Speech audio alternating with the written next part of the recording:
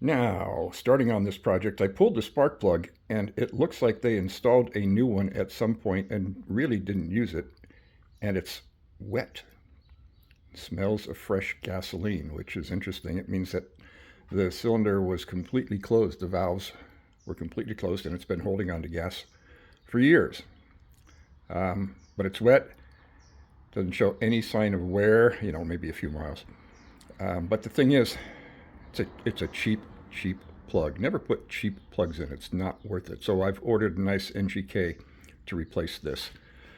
Get rid of that junk. And so into the cylinder, I have poured some Marvel Mystery Oil, which is great stuff. I mean, use it on everything. I put it on my cornflakes. It's really terrific, and it will soak for a couple of days. And then I will do the routine of stroking the engine up and down using the rear wheel. And now, ready to remove the original battery. Seats offside because they're off. Okay, side covers are a Phillips screw on either side, and then you pop the side cover out of here, and then the seat is revealed, the hold downs for the seat, and you have a 12mm socket on either side, and there's a little lip right there, and the seat pops off. And the seat, I'm happy to say, is in very good condition. It has it has wear, but it has no punctures, no tears or anything like that. So I'll clean that up and I'll put some vinyl restoration on it and be good to go. Here's the battery, and of course, here's the original battery strap, which is supposed to be one piece. Clearly is not. Anyway, I'll get one of those probably on eBay for a part like that. So now we remove the battery. And normally I'd be very careful about this positive cable, but this battery is old. So we pull out the positive on this side, and there's a nut in there that's going to try to escape. Captured in there, there's a nut that's going to try to escape. And because the strap is missing, normally you'd have to remove the strap from here and back here. And there's the other one right there. Tiny little battery, but it says right here 7 pounds, or is that the battery number? Because I think this battery is rated at about 6 pounds, and the lithium is only 1 pound and has a much deeper capacity. Of course, it's 3 or 4 times the price, so you gets what you pays for. Come on, there we go. 2 screws and Autocraft, so it's not the original, and it's just a regular old AGM. Boy, it feels like 7 pounds. It's heavy. And you can see it's deformed, very deformed over the years. Good to get rid of it. I will try to weigh this. I don't know if I have a scale that will work with that, but I will try to do that. I'll clean these up with a little, I got mosquitoes. Clean these up with a little sandpaper, get them ready. I see some gunk in here, just tree junk that's been blown in over the years, and it still doesn't quite give me access to that shock. I might have to pull the air filter housing to get at that shock to adjust it. In fact, even to see how high it is right now. That's going to be a little bit of a project. So now what I'm going to do, I'm going to get everything dusted and cleaned, and then I'm going over every fastener and really get busy on that so I know that I can trust the bike. Now to get at the shock, I got to remove the airbox. To remove the airbox, I got to remove the carburetor. To remove the carburetor, I have to remove the petcock. So ain't that all fun? I had to do that anyway.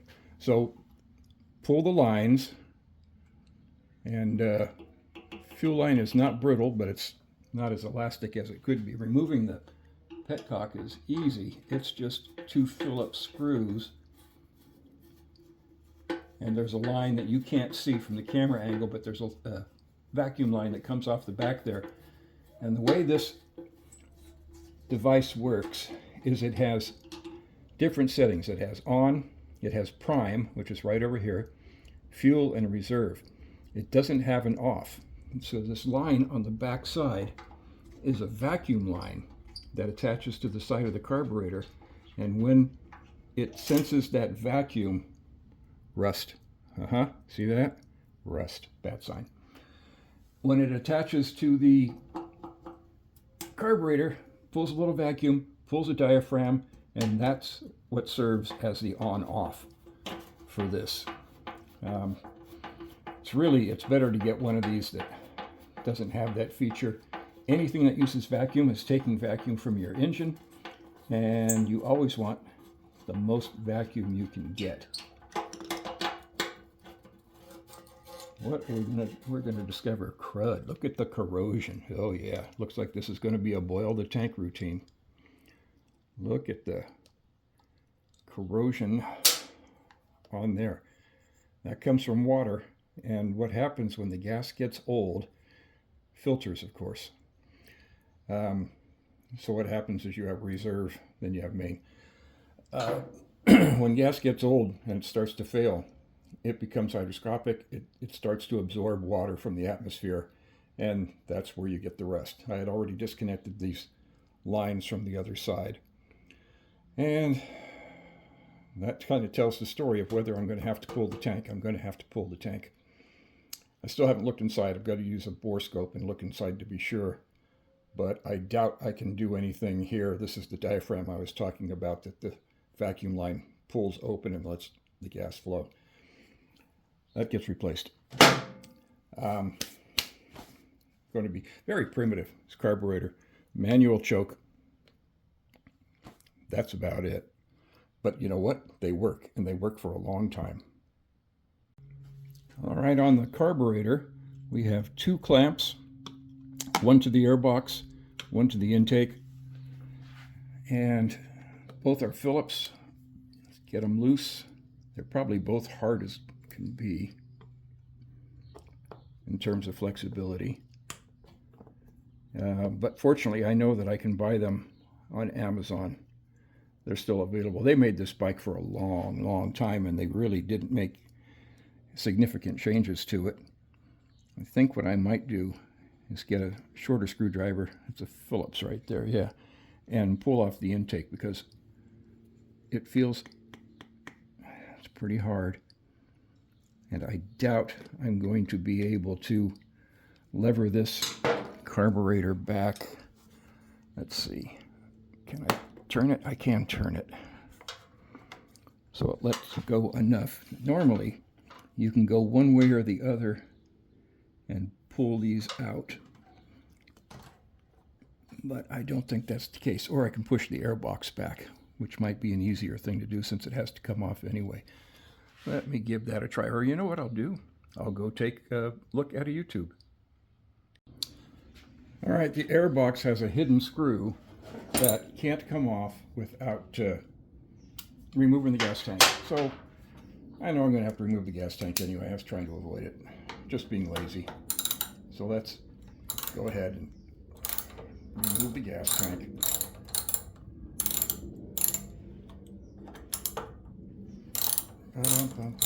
This is 10 millimeter. Do I have a fastener under there? Nope.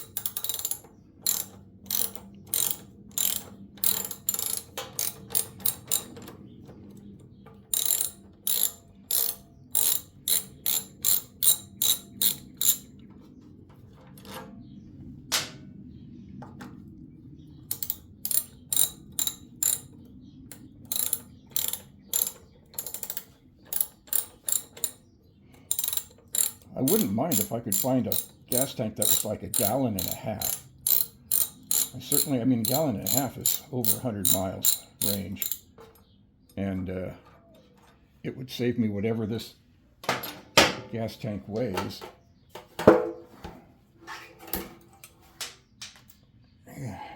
There's a strap. Okay, gas tank is off.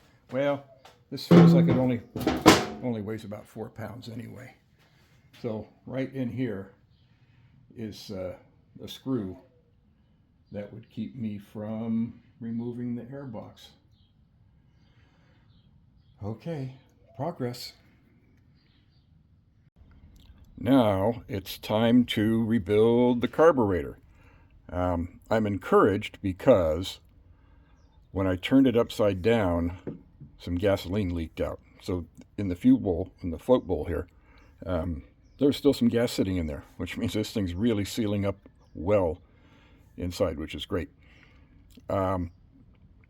Here's the kit, the rebuild kit. I am not going to do a long video on rebuilding it because that's a lot of parts and you don't need to sit here for an hour watching a rebuild kit. There are thousands of these rebuild demonstrations online. I am going to show you one thing. Oh, by the way, this rebuild kit, I'm disappointed on one thing. It does not have the diaphragm that goes in here, and that's likely to be dry. I might end up having to do a search for that. But I want to pull this float bowl open and see what it looks like, what the sediment looks like underneath. So here we go with that. Some more gas still leaking out of there. So that's, frankly, that's amazing. I'm wondering if they being the prior owner, did anything. Maybe they tried to squirt some ether in there, starter fluid, and dropping it on the floor is always a good first move. When you're 6'3", the floor is a long ways down there. Just letting everyone know. I've also never seen a float bowl that uses hex head screws before. It's kind of interesting.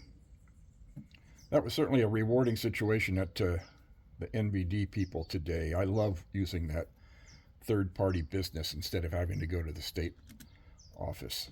It's so much nicer. And if you live in a Phoenix area, not with a motorcycle, but otherwise, you have to go get a smog check every 2 years, which is also handled by independents and is just a piece of cake. All the world they do is connect your OBD2 reader to their computer, take a look, and that's it. Come on. I got a case of the dropsies this morning. All right, let's see. How does it look? Boy, it looks good. I mean, that's oil, and I'm suspicious about this oil situation. I found an old receipt when the bike had 3,000 miles on it for its first oil change, which means that's the only oil change it's ever had. And they charged the customer for 2 quarts of oil. The bike holds 1 quart. And it was very specific on the invoice that they used 2 quarts. This thing's probably been, if that's the case, and again, I'm going to have to check the sight glass to take a look. This thing's been blowing oil back, which is why that plug was wet. It's been having blow-by with the oil. Man, that would be, what a screw to the customer that would be. Okay, now I'm going to get on with the rebuild. Well, look at that. Look at that. Is that gasoline garbage? Look at that. Some real junk got in this thing. And again, it could be if they overfilled the oil, the floats aren't even moving. You know, I could have bought a new carburetor. They're about $50. Problem is, they're made in China. This is the original made in Japan. They're much better carburetors, even though the Chinese ones are made to spec.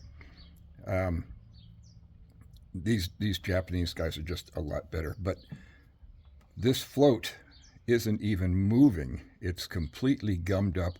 I'm going to go check that sight glass right now and see if that oil level is as bad as I think it might be. Yeah, that sight glass is completely full, and it should be halfway.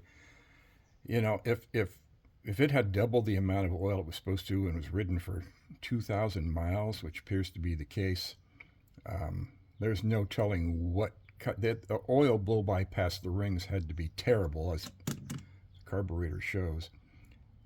And I don't know, the rings might be an issue. So before I go any further, because I'm not sure I can save this carburetor, so before I go any further, I want to, well, not going to with that screwdriver. All right, let's give this a go now.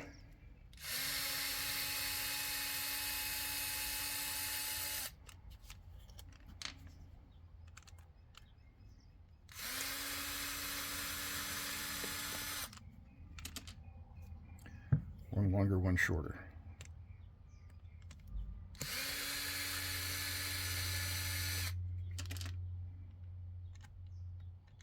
The longer should have had a hold down clip for an evaporative canister that wasn't on this. They probably didn't require it in Massachusetts. At least it wasn't leaking.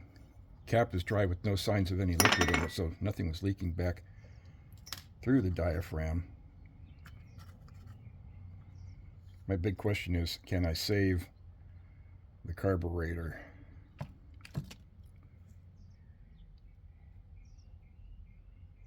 Well,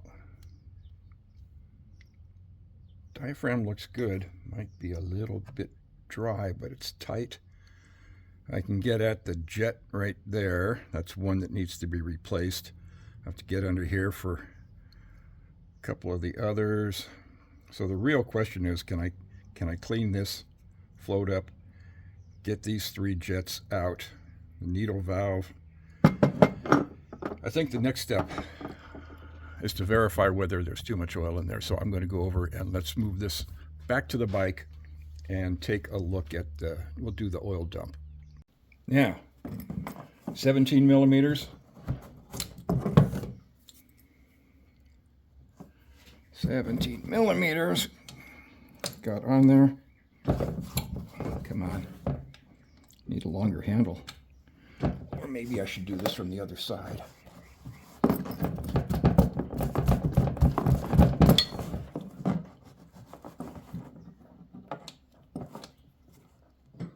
Do it from the other side.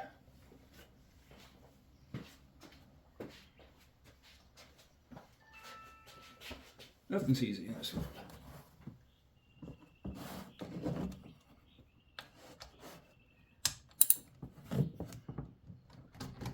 Man, that thing's really, really on there. It should not be that tight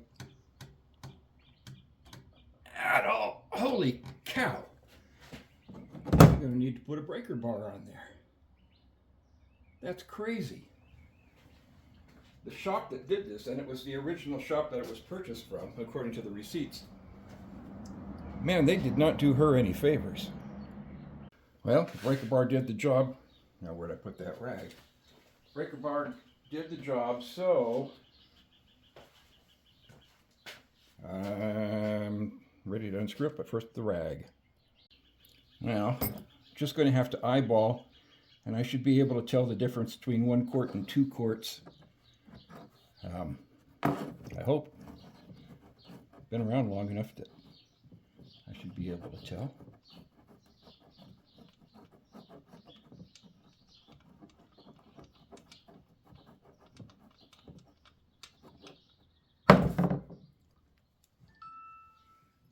Reasonably clean.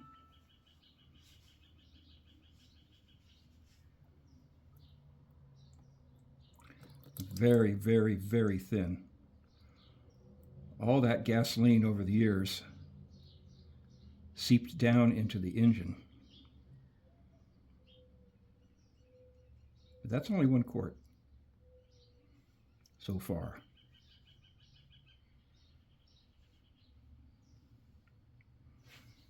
Sight glass is now showing about half full.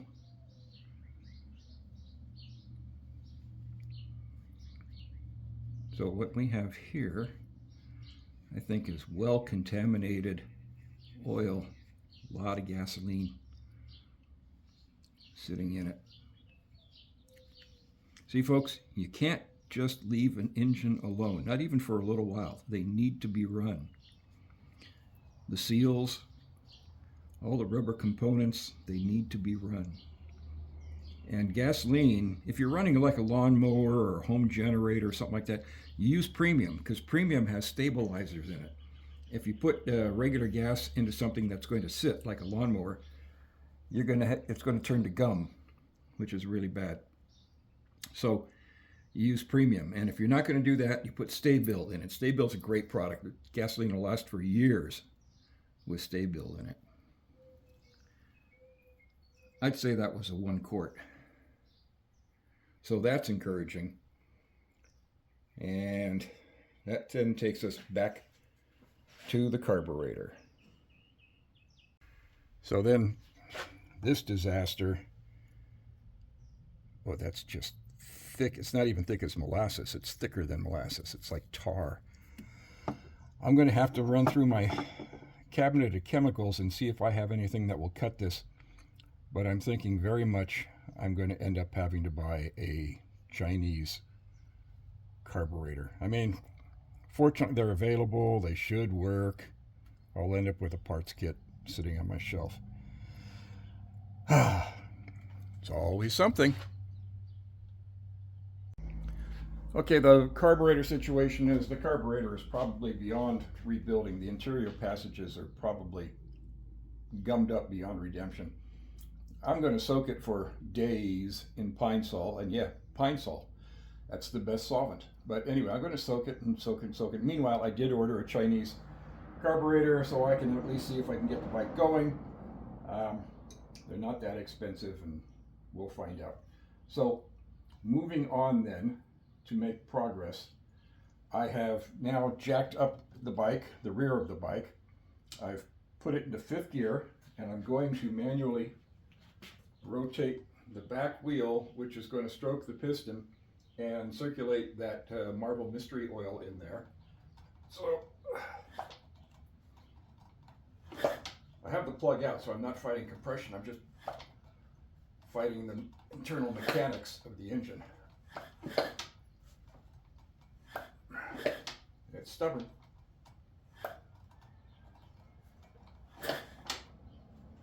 But it's doing what it's supposed to be doing. And it's getting easier. So I think the situation was there was a lot of varnish in that cylinder. And now the MMO can do what MMO does.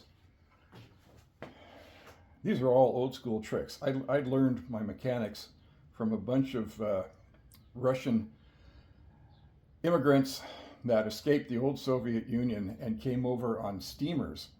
And they knew how to fix everything, no matter how. They taught me so many tricks that mechanics today don't know. Anyway, and then I got professional mechanical training later on. So I know some goodies that aren't really traditional anymore. Now I'm going to put a little more MMO in there and cycle it a few more times and just let it soak. And move on to the next thing, which is probably, I'm waiting for parts now, so it's time to address the gas tank. Tell you what, you think I have compression? I put a little more MMO in there, and I gave the wheel a turn, and I now have marble mystery oil on my ceiling and my cabinet. That's a pretty good sign that I've got some compression in there. Doesn't mean I have great compression, but I have enough to spout out some marble mystery oil. Oh boy.